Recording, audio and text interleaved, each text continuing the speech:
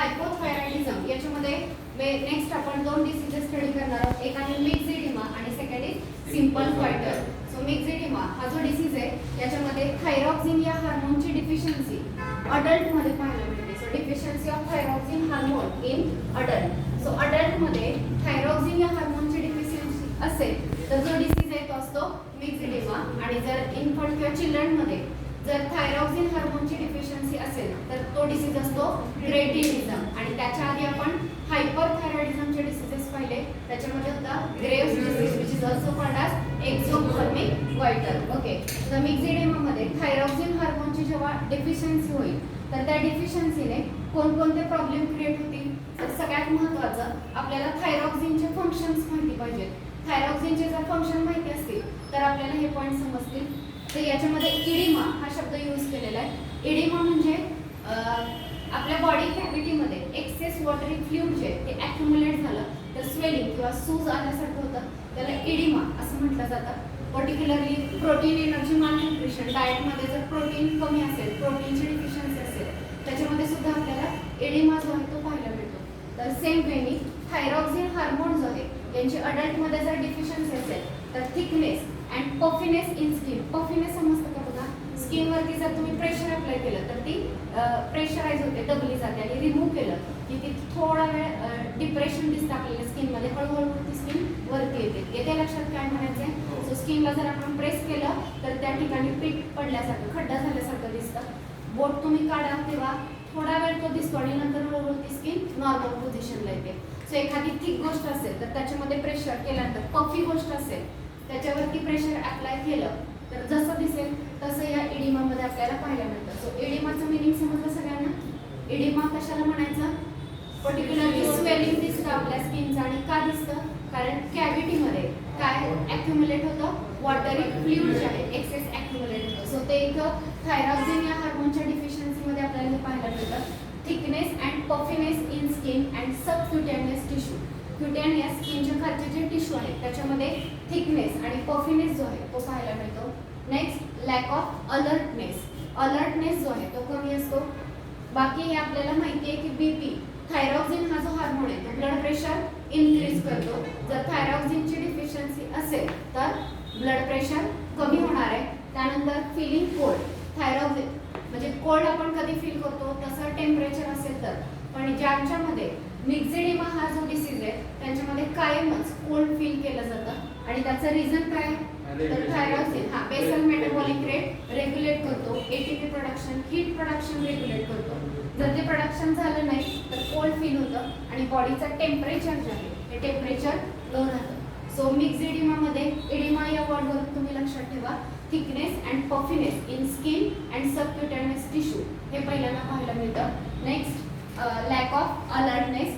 हे जरी नाही लक्षात राहिलं तरी हे लक्षात राहील, ब्लड प्रेशर कमी होईल थायरॉक्सिननी, एटीपी प्रोडक्शन न झाल्यामुळे कोल्ड फील होणार आहे आणि बॉडी टेम्परेचर सुद्धा लो राहणार आहे.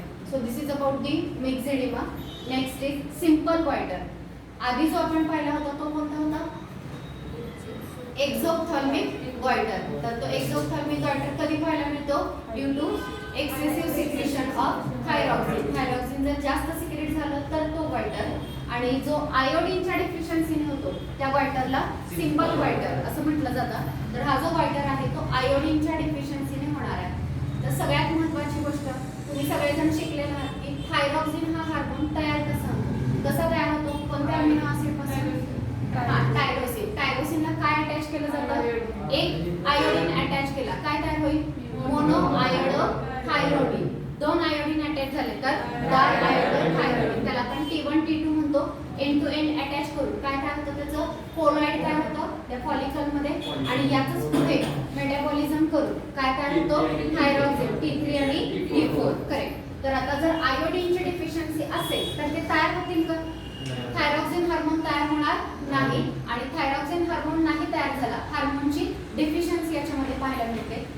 आता याच्यामध्ये ही एक कंडिशन अपोजिट, या हार्मोनची डिफिशियन्सी असते मात्र ग्लँड ज्या आहेत त्या एनलार्ज होतात. इथल्या थायरॉइड ग्लँड ज्या आहेत त्या मोठ्या होतात, स्वेल होतात. आणि पर्टिक्युलरली हिली एरियाजमध्ये हा डिसीज आपल्याला पाहायला मिळतो. का हिली एरियाजमध्ये पाहायला मिळतो,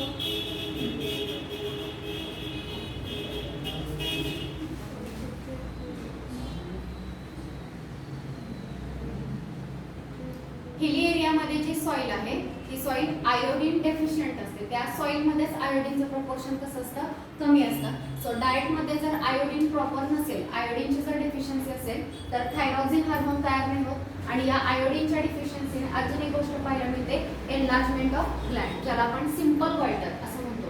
सो तुम्हाला या ठिकाणी 4 डिसीज लक्षात ठेवायचे, ग्रेव्स डिसीज, क्रेटिनिझम, मिक्झिडिमा आणि सिंपल गॉइटर. सगळे समजले. पहिला कुठला सांगितला तुम्हाला, ग्रेव्स डिसीज, त्याच्यामध्ये हायपर सिक्रेशन ऑफ थायरॉक्सिन आणि त्याचे सिम्पटम लक्षात ठेवणार तुम्ही. क्रेटिनिझम आणि मिक्झिडिमा दोघांमध्ये थायरॉक्सिनचं सिक्रेशन कसं असतं, कमी. पण क्रेटिनिझम चिल्ड्रन्स मध्ये आणि मिक्झिडिमा अडल्ट्स मध्ये आणि सिंपल गॉइटर हा आयोडीनच्या डेफिशियन्सीने होणार. समजलं सगळ्यांना? ओके. तर इथं आपला थायरॉइड ग्लॅन्ड आहे ती कंप्लीट झालेली आहे. तुम्हाला मी फर्स्ट पिच्युटरी ग्लॅन्ड आपण स्टडी केली. पिच्युटरी ग्लॅन्डचे आपण स्ट्रक्चर स्टडी केले, 2 पार्ट, न्यूरो हायपोफायसिस, ॲडेनो हायपोफायसिस आणि त्या दोन्ही पार्टचे वेगवेगळे हार्मोन्स आपण पाहिले. नेक्स्ट कोणती ग्लॅन्ड होती?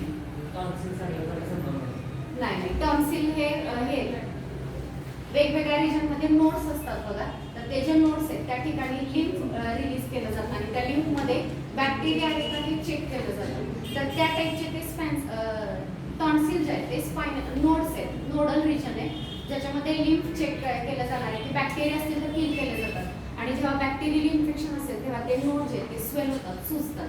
ठीक आहे. तर तो टॉन्सिल जो रिजन आहे थ्रोट रिजनमध्ये पर्टिक्युलरली तो काम करतो. हा, काढतात सुद्धा. आणि असे जे लिम्फ नोड आहेत तो 1-2 नाही तर बॉडीमध्ये बऱ्याच लोकेशनला छोटे छोटे नोड्यूल्स सगळीकडे पाहायला मिळतात आपल्याला, ज्या ठिकाणी हे काम केलं जातं, कानाच्या मागे, थ्रोटमध्ये. सो थ्रोटमध्ये जे आहेत त्यांना आपण टॉन्सिल असं म्हणतो. समजलं? हा, तर तो टॉन्सिल वेगळा आणि थायरॉइड ग्लॅन्ड वेगळी. टॉन्सिलचं फंक्शन वेगळं आहे, या ग्लॅन्डचं फंक्शन वेगळं आहे. समजलं सगळ्यांना? थायरॉइड ग्लॅन्ड समजली का? सो थायरॉइड ग्लॅन्डमध्ये तुम्हाला स्ट्रक्चर आणि डिटेल लक्षात ठेवायचे, लोकेशन सगळ्यांच्या लक्षात आहे का? तिन्ही हार्मोनचे नेम लक्षात आहेत. कशापासून तयार होतात? Amino acid, tyrosine. त्याला काय अटॅच केलं जातं? आयोडीन. 3 आयोडीन अटॅच झाले तर ट्राय आयोडोथायरोनिन, 4 अटॅच झाले तर टेट्रा आयोडोथायरोनिन. आणि याच्यामध्ये थायरॉक्सिन कोणता असतो? टेट्रा. ओके. T4 जो आहे त्यालाच काय म्हटलं जातं? थायरॉक्सिन. सो हे नीट लक्षात ठेवा. आता हे थायरॉक्सिन T3 आणि T4 कुठल्या सेलने सिक्रेट केले? येस, थायरॉइड ग्लॅन्ड मध्ये 2 सेल सांगितल्या, फॉलिक्युलर सेल आणि दुसरी कोणती? पॅराफॉलिक्युलर सेल. सो नेक्स्ट जी आपण पाहणार आहोत ती पॅराफॉलिक्युलर सेल. थायरॉइड ग्लॅन्डच्या जे फॉलिकल आहे तर त्या फॉलिकलच्या मध्ये जी स्पेस आहे, कनेक्टिव्ह टिश्यू जो प्रेझेंट आहे फॉलिकलना कनेक्ट करणारा, त्या टिश्यूला आपण स्ट्रोमा असं म्हणतो. आणि त्या स्ट्रोमामध्ये या पॅराफॉलिक्युलर सेल किंवा सी सेल किंवा क्लिअर सेल म्हटले. तर या सेल प्रेझेंट आहे. तर त्यांचं फंक्शन बघा.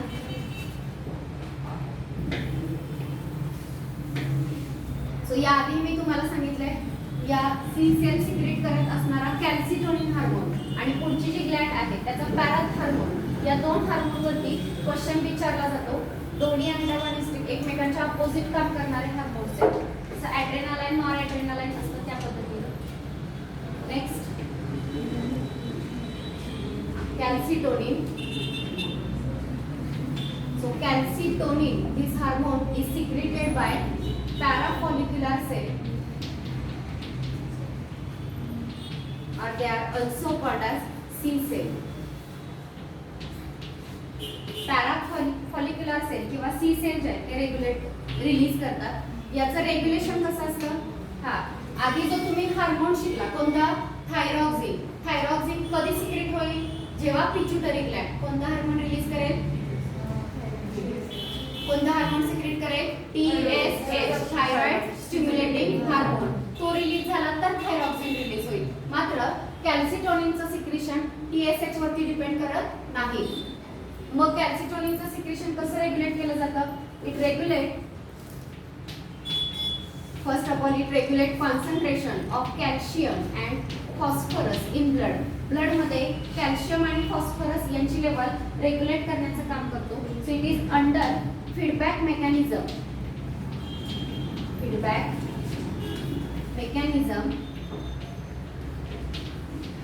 of blood calcium level or plasma calcium concentration of plasma calcium concentration. तर हे तर फीडबॅक मेकॅनिझम तुमच्या लक्षात येईल. आपला जो प्लाझ्मा आहे ब्लड मधला, तर त्या प्लाझ्मा मधल्या कॅल्शियमच्या लेवलवरती ठरतं की सी सेल कॅल्सिटोनिन सिक्रेट करणार किंवा नाही. सो पर्टिक्युलरली हा जो हार्मोन आहे हा ब्लड मधल्या कॅल्शियमची लेवल कमी करण्याचं काम करतो. ठीक आहे, मग सिक्रेट कधी केला जाईल? येस, जेव्हा ब्लड मध्ये कॅल्शियमची लेवल इन्क्रीज होईल तेव्हा कुठला हार्मोन सिक्रेट केला जाईल? कॅल्सिटोनिन. आणि जेव्हा ब्लड मधली कॅल्शियमची लेवल डिक्रीज होईल तेव्हा त्याचं सिक्रेशन काय केलं जाणार आहे? स्टॉप केलं जाणार आहे. याला म्हणायचं फीडबॅक मेकॅनिझम. कॅल्शियमनी ठरवलं की कॅल्सिटोनिन हा हार्मोन सिक्रेट होणार किंवा नाही. सो कॅल्शियमची लेवल जर इन्क्रीज झाली तर हा सिक्रेट होतो. So it is under feedback mechanism of plasma concentration of calcium. It is secreted when calcium concentration काय वाढेल की कमी? कधी सिक्रेट होणार? Yes, when calcium concentration rises. Okay, जेव्हा कॅल्शियम कॉन्सन्ट्रेशन वाढलेलं असेल तेव्हा काय सिक्रेट होणार? कॅल्सिटोनिन. आणि हा कॅल्सिटोनिन कॅल्शियमचं कॉन्सन्ट्रेशन डिक्रीज करतो. It lower the concentration of calcium in plasma. मग आता कॅल्शियम कमी कसं करायचं?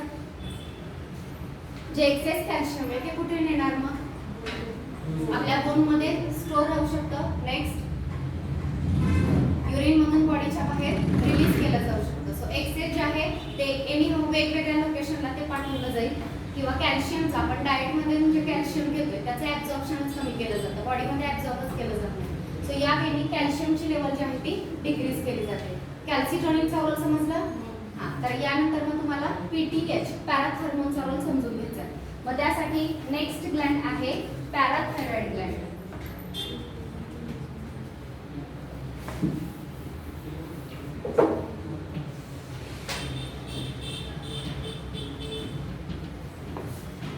पॅराथायरॉइड Gland.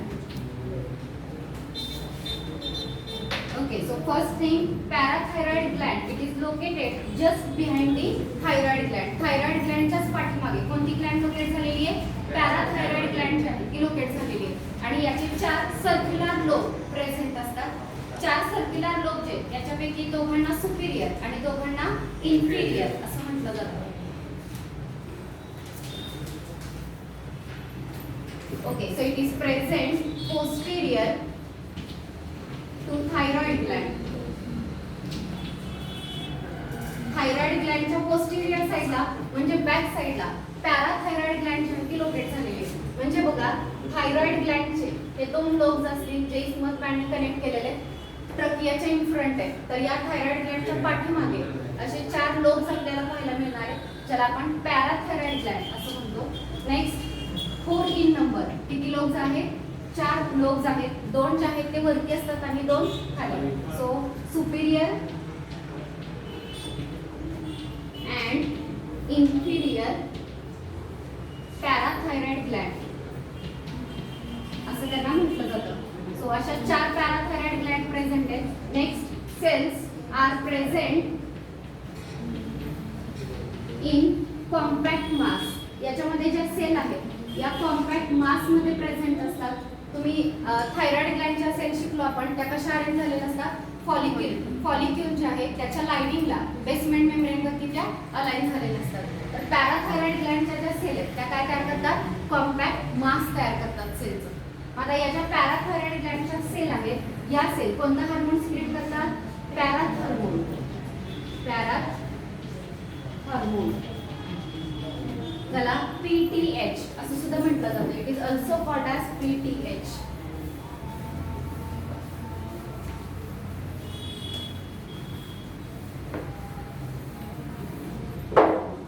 PTH or it is also called Polyps hormone. So हे सगळे नेम लक्षात ठेवायचे. Parathyroid gland it is located to the posterior side of thyroid Gland.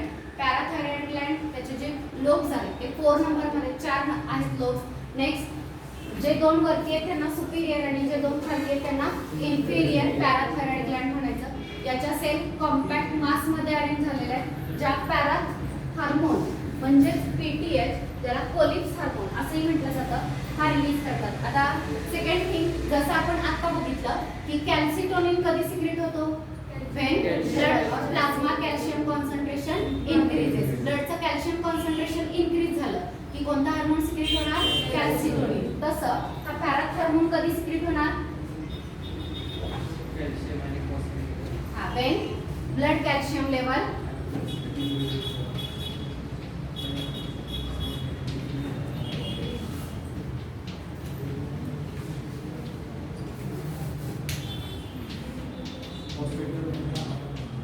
ते दोघांची लेवल तर रेग्युलेट करतो, पण पर्टिक्युलरली कॅल्शियम डिसाइड करतं हार्मोनचं सिक्रेशन. सो ब्लडची कॅल्शियमची लेवल जर डिक्रीज झाली तर कोणता हार्मोन सिक्रेट होणार, पॅराथॉर्मोन, पीटीएच हा हार्मोन सिक्रेट करणार. मग याचं काम काय आहे, it increases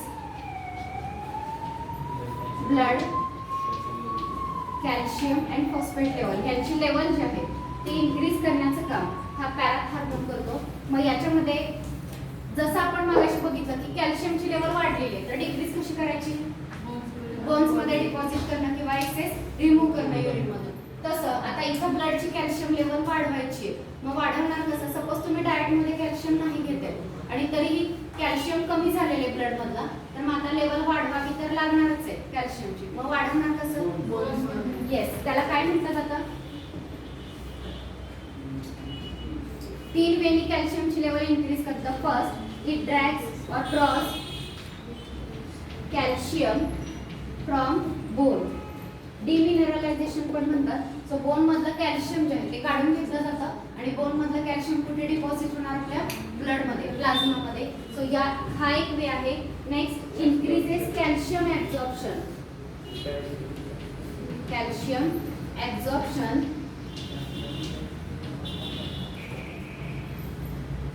in digestive tract. Digestive tract मध्ये कॅल्शियमचं ऍब्झॉर्प्शन जे आहे ते इन्क्रीज केलं जातं. आणि अजून एक, reduces loss of calcium in urine. Urine मधून जो कॅल्शियमचा लॉस होणार आहे तो काय केला जातो, कमी केला जातो. सो बघा, पॅराथॉर्मोन जो आहे तो ब्लड कॅल्शियम लेवल कमी झाल्यानंतर सिक्रेट होतो. त्याचं मेन फंक्शन आहे ब्लडमध्ये कॅल्शियम आणि फॉस्फेट यांची लेवल जी आहे ती इन्क्रीज करणं. आणि पर्टिक्युलरली कॅल्शियमची लेवल कशी वाढवली जाते, तर त्याच्यामध्ये फर्स्ट, बोन मधलं कॅल्शियम ब्लडमध्ये डिपॉझिट केलं जातं डिमिनरलायझेशन करून. सेकंड, आपल्या डायजेस्टिव्ह ट्रॅक्टमध्ये कॅल्शियम ऍब्झॉर्प्शन इन्क्रीज, म्हणजे आपण जे डाएटमध्ये घेतोय ते जास्तीत जास्त ऍब्झॉर्ब होईल. आणि 3, जे युरिन मधून रिमूव्ह होतोय तर त्याचा लॉस जो आहे तो कमी केला जातो. ओके, सो या 3 वेनी blood calcium level increase. So आधी आपण जो हार्मोन शिकलो तो होता कॅल्सिटोनिन आणि त्यानंतर सांगितला पॅराथॉर्मोन. कॅल्सिटोनिन काय करतोय, ब्लड कॅल्शियम लेवल डिक्रीज करतो, बरोबर का. आणि आता जो पॅराथॉर्मोन जो आहे तो ब्लड कॅल्शियम लेवल इन्क्रीज करतो. समजलं सगळ्यांना. आणि इन्क्रीज डिक्रीज करण्याचे हे वेज आहेत ते लक्षात ठेवा. सो हे दोन्ही हार्मोन जे ते antagonistic. Secretion of parathormone is under feedback control of blood calcium level. शेवटचं स्टेटमेंट आहे, पीटीएच हार्मोन त्याचं सिक्रेशन कधी होणार, कशावरती ठरतं, ब्लड कॅल्शियम लेवलवरती. त्याचं काम आहे ब्लड कॅल्शियम लेवल वाढवणं. मग सिक्रेट कधी होईल, जेव्हा ब्लड कॅल्शियम लेवल कमी होते, डिक्रीज होते, तेव्हा पॅराथॉर्मोन सिक्रेट होतो. आणि जेव्हा ब्लड कॅल्शियम लेवल वाढते तेव्हा कॅल्सिटोनिन सिक्रेट होतो. लक्षात राहील, फक्त फंक्शन लक्षात ठेवा, बाकी तुमच्या रेग्युलेशन लक्षात येईल. सो इथे आपली पॅराथायरॉइड ग्लँड जी आहे ती झालेली आहे. त्यानंतर next,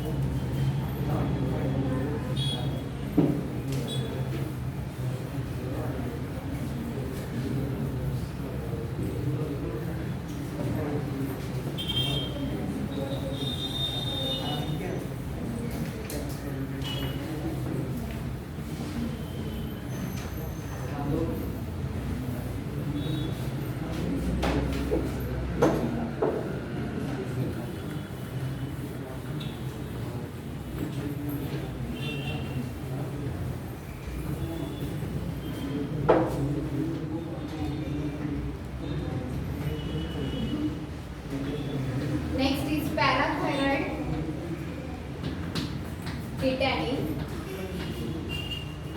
or it is also called hypocalcemic betanin.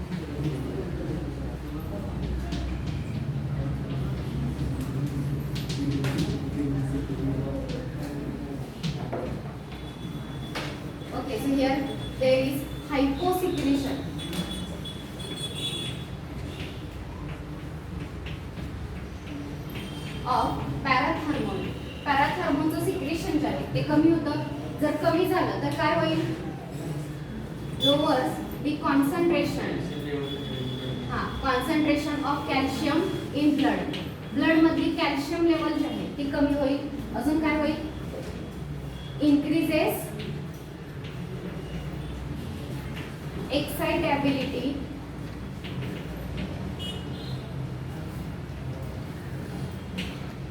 of nerve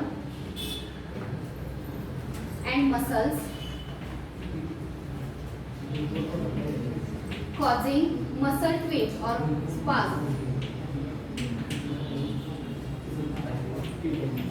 Muscle twitch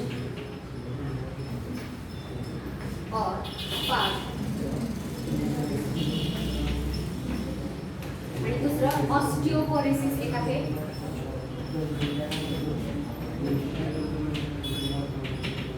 hyper secretion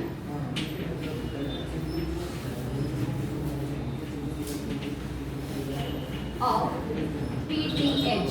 so PTH हा हार्मोनचं हायपर सिक्रेशन जर झालं तर कोणतं जास्त डिमिनरलायझेशन होतं? डिमिनरलायझेशन ऑफ बोन. बोलू नका. दोन डिसीजेस दिलेले आहेत पॅराथायरॉइड हार्मोनच्या सिक्रेशनशी रिलेटेड आणि यानंतर आपण डिसीजेस रिवाइज करू. सो पॅराथायरॉइड आहे याचं सिक्रेशन कमी झालं किंवा जास्त झालं तर काय पाहायला मिळेल बघा. जेव्हा हायपो सिक्रेशन असेल पॅराथायरॉइडचं तर पॅराथायरॉइडचं जे काम आहे ते होईल का? होणार नाही. त्याचं काम काय आहे? ब्लड कॅल्शियम लेवल इन्क्रीज करणं. So blood calcium level increase होणार नाही. It increases excitability of nerve and muscles. हे दिले का बघा. It increases excitability of muscles and nerves causing muscle twitch or spasm. आता कॅल्शियमचा मसलशी काय रोल आहे किंवा मसलशी काय संबंध आहे? आपण मसल कॉन्ट्रॅक्शनची स्लाइडिंग फिलामेंट थिअरी स्टडी केलेली आहे. त्याच्यामध्ये काय होतं? सार्कोप्लाझमिक रेटिक्युलम मधून कॅल्शियम जे आहे रिलीज केलं जातं. कॅल्शियम कोणाला बाइंड होतं? ट्रोपोनिन. करेक्ट. कोणाला बाइंड होतं? ट्रोपोनिन. आणि त्याच्यामध्ये ऍक्टिन आणि मायोसिन त्यांचं जे आहे ते एकमेकांना क्रॉस ब्रिज तयार होतो आणि कॉन्ट्रॅक्शन होतं. बरोबर का? जर हे कॅल्शियमची लेवल ब्लड मध्ये डिक्रीज झाली तर हे जे मुवमेंट आहे मसलची ती प्रॉपरली कॅरी आउट होणार नाही आणि मसल स्पाझम होतील किंवा अखडतील. आहे त्या पोझिशनला आहे त्या कंडिशनला तसंच राहतात. कॉन्ट्रॅक्शन नंतर रिलॅक्सेशन ही जी मुवमेंट आहे ती पुढे होणार नाही. ओके. तर याला म्हटलं जातं increases excitability of nerve and muscle. Next, causing muscle twitch or spasm. टिटॅनिक हा एक डिसीज आहे ज्याच्यामध्ये मुवमेंट जे आहे ते कॅरी आउट होत नाही. टिटॅनस मध्ये टिटॅनस माहिती आहे ना? आपण टिटॅनसचे हे इंजेक्शन घेतो माहिती आहे का? ओके. तर त्याच्यामध्ये जे मसल्स आहेत ते स्पाझम होतात पण जे आपण इंजेक्शन घेतो त्याच्यामध्ये ऍक्च्युली ते व्हॅक्सिन टाइप मध्ये आहे. जेव्हा आपल्याला एखादी जखम होते तेव्हा सॉइल मधले अनएरोबिक बॅक्टेरिया बॉडीमध्ये अशा लोकेशनला गेले की जिथं ऑक्सिजनची लेवल कमी आहे अशा ठिकाणी जर गेले तर ते बॅक्टेरिया क्लोस्ट्रिडियम टिटॅनी नावाचा बॅक्टेरिया ग्रो होतो. अनएरोबिक बॅक्टेरिया आहे आणि तो एक पॉइझन तयार करतो आपल्या बॉडीमध्ये आणि त्या पॉइझनमुळे आपले मसल जे आहेत ते स्पार्म किंवा जखडतात, आखडले जातात आणि आपली बॉडी ते मसल्स आखडल्यामुळे हळूहळू म्हणजे एकदम मसल जर आखडून राहिले तर ती बेंड व्हायला लागते आणि जसा बो असतो त्या पद्धतीनं हेडचा हा पार्ट आणि पायाचा पार्ट ग्राउंडला अटॅच होतो आणि अशी बॉडी कम्प्लिटली बो सारखी स्पाच किंवा अखडलेली असते तर त्याला आपण टिटॅनस असं म्हणतो.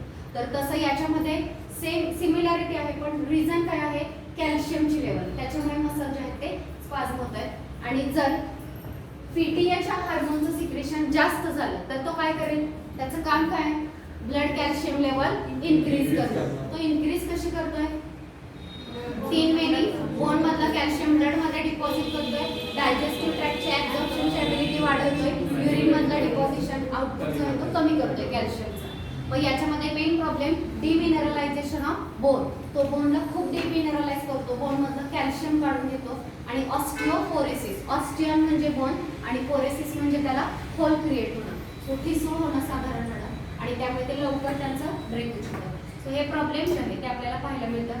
शेवटचं स्टेटमेंट आहे it is common in woman who have reach menopause. So menopause आणि मेन्स्ट्रुअल सायकल हे आपल्याला रिप्रोडक्शनमध्ये होईल. ज्या वुमनमध्ये आफ्टर 45 नंतर मेनोपॉज होतं, मेन्स्ट्रुअल सायकल स्टॉप होते.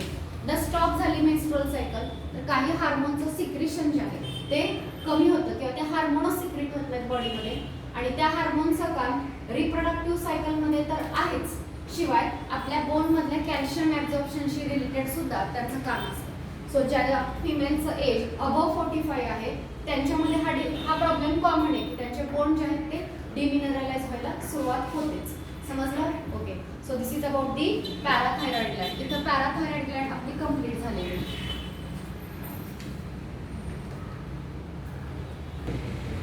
So next is thymus gland. This gland is located in upper part of thorax.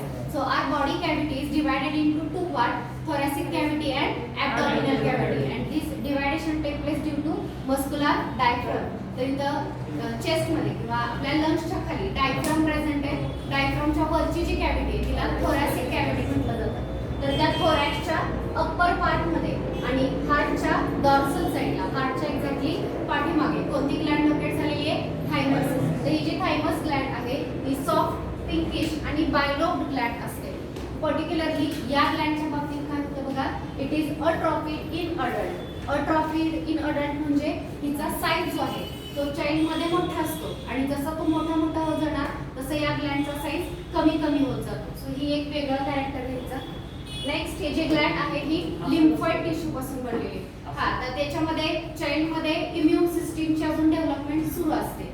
Development जास्त झालेली नसते, पण हे ट्रेनिंग लहानपणापासून सुरू असतं. जसं जसं अडल्ट स्टेजकडे येणार तोपर्यंत इम्युन सिस्टीम डेव्हलप झालेली असते. सो आधी डेव्हलपमेंट सुरू आहे, सो साईज मोठा आहे. जशी जशी अडल्ट होणार बऱ्यापैकी डेव्हलप झाली सिस्टीम तसं त्याचा साईज कमी कमी होत जातो. सो चिल्ड्रन मध्ये बघा डिसीजेसचं प्रमाण जास्त पाहायला मिळतं. सेल डिव्हिजनमुळे आपल्याला हा कमी कसं होतं? हा, मग याच्यामध्ये सुद्धा आपले जे टी लिम्फोसाइट आहेत त्यांचं डिफरन्सिएशन त्या ठिकाणी चालू असतं. कुठल्या ऑर्गनमध्ये तुम्ही दोन टाईपच्या लिम्फोसाइट स्टडी केल्या, बी आणि डी. तर ती बी जी आहे दोन्ही पण सेल ऍक्च्युली तयार होतात बोन मॅरो मध्ये, पण बी लिम्फोसाइट तिची पुढची डेव्हलपमेंट बोन मॅरोतच होते आणि याची फर्दर डेव्हलपमेंट टी लिम्फोसाइटची थायमस या ऑर्गन मध्ये होते. सो जे चिल्ड्रन असतात त्यांच्यामध्ये ही डेव्हलपमेंटचा पीक पिरियड असतो किंवा त्यांच्यामध्ये जास्त डेव्हलपमेंट सुरू असते. हेच जेव्हा अडल्ट बघा लहान मुलांना कंटिन्यू इन्फेक्शन होतात. ज्या ज्या वेळी इन्फेक्शन होतील त्या त्यावेळी त्या सेल्सना ते ट्रेनिंग असतं, त्या सेल डेव्हलप केल्या जातात. पण जसं जसं अडल्ट होतात लहान मुलांना कंटिन्युअसली कफ किंवा कोल्ड जो आहे सर्दीचे सारखे इन्फेक्शन, पण जसे ते चिल्ड्रन अडल्ट स्टेजमध्ये जातात तसं त्याचं प्रमाण कमी होत जातं, कारण तोपर्यंत त्या टाईपच्या सेल काय झाल्या तिथे डेव्हलप झाल्या. Next time same virus same बॅक्टेरियाला झटकन रिॲक्शन दिली जाते, फार वेळ लागत नाही, फार वेळ तयार लागत नाही त्या ठिकाणी. सो लिम्फॉइड टिश्यू पासून बनलेला आहे आणि ही जी ग्लँड आहे एकच हार्मोन सिक्रेट करते, थायमोसिन. आणि हा जो थायमोसिन हार्मोन आहे तो आपल्या इम्युन सिस्टीमच्या डेव्हलपमेंटमध्ये महत्त्वाचा रोल प्ले करतो. So function of thymosin, it plays important role in development of immune system. In development of immune system. Immune सिस्टीमच्या डेव्हलपमेंटमध्ये याचा महत्त्वाचा रोल आहे. सगळ्यांना समजलं आहे? सो थायमस ग्लँड पहिलं लोकेशन सांगितलंय, upper part of the thorax behind the heart. Okay. Next, it is pinkish, soft and bilobed gland. It is made up of lymphoid tissue and it mainly secrete thymosin hormone, which play important role in the development of immune system, particularly T lymphocyte. त्यांचं maturation कुठे होणार आहे? Thymus या organ मध्ये होणार आहे. समजलं? Yes. It also promote production of antibodies by providing humoral immunity. तुम्ही दोन टाईपच्या इम्युनिटी स्टडी केलेल्या आहे, ह्युमरल इम्युनिटी आणि सेल मेडिएटेड इम्युनिटी. ह्युमरल इम्युनिटी म्हणजे अँटीबॉडीज मधून जी इम्युनिटी आहे त्याला म्हणायचं ह्युमरल, आणि प्रत्यक्षात टी सेल जी देतात त्याला म्हटलं जातं सेल मेडिएटेड इम्युनिटी. तर आता थायमस मध्ये टी सेल डेव्हलप होत आहे म्हणजे तो कुठल्या इम्युन रोल मध्ये तो पार्टिसिपेट आहे? सेल मेडिएटेड इम्युन रिस्पॉन्स मध्ये तो पार्टिसिपेट आहे. पण याशिवाय आपल्याला माहिती आहे टी सेलचं डिफरन्सिएशन झाल्यानंतर 4 क्लोन तयार होतात. कोणते? Helper cell, killer cell. तर त्यातली हेल्पर सेल जी असते ती बाकीच्या सेलना स्टिम्युलेट करते, त्यांना डेव्हलप व्हायला मदत करते. इन शॉर्ट हा ऑर्गन ह्युमरल इम्युनिटी डेव्हलप होण्यासाठी सुद्धा मदत करते. समजलं? So this is about the thymus Gland. Next lecture मध्ये आपण ॲड्रेनल ग्लँड स्टडी करणार.